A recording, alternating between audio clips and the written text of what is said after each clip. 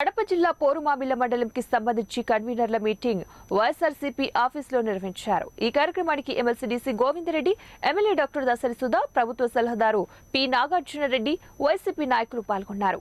ఈ సందర్భంగా వారు మాట్లాడుతూ వచ్చే శాసనసభ ఎలక్షన్స్ లో బూత్ కన్వీనర్లు, మండల కన్వీనర్లు చురుకైన పాత్ర పోషించాలని, ప్రభుత్వం ఇస్తున్న పథకాలను గురించి ప్రజలకు తీసుకెళ్లాలని, మళ్లీ ముఖ్యమంత్రిగా జగన్మోహన్ రెడ్డిని చేసుకోవాలని, అప్పుడే అభివృద్ధి, సంక్షేమం సమపాలనలో జరుగుతుందన్నారు.